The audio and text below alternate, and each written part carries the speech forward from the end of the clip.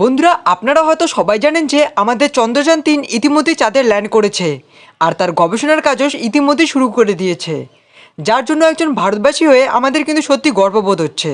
আর আমাদের গর্বিত বোধ কেনই বা হবে না, চাঁদের দক্ষিণ মেরুতে সফট ল্যান্ডিং করেছে, যেখানে নাসা নিজেও যেতে ভয় করে।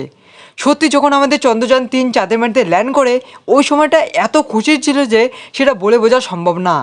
ওই দিনটা মানে 23শে আগস্ট 2023 ভারতবাসী সবার মনে চিরকাল মনে থাকবে।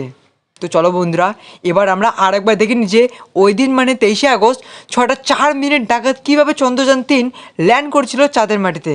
20% कंप्लीट कर चुके हैं।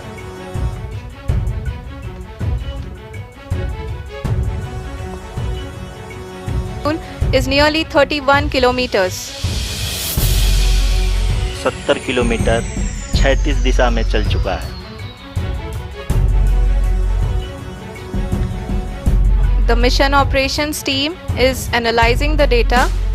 जी हाँ, आप अपनी स्क्रीन पे देख सकते हैं कि हम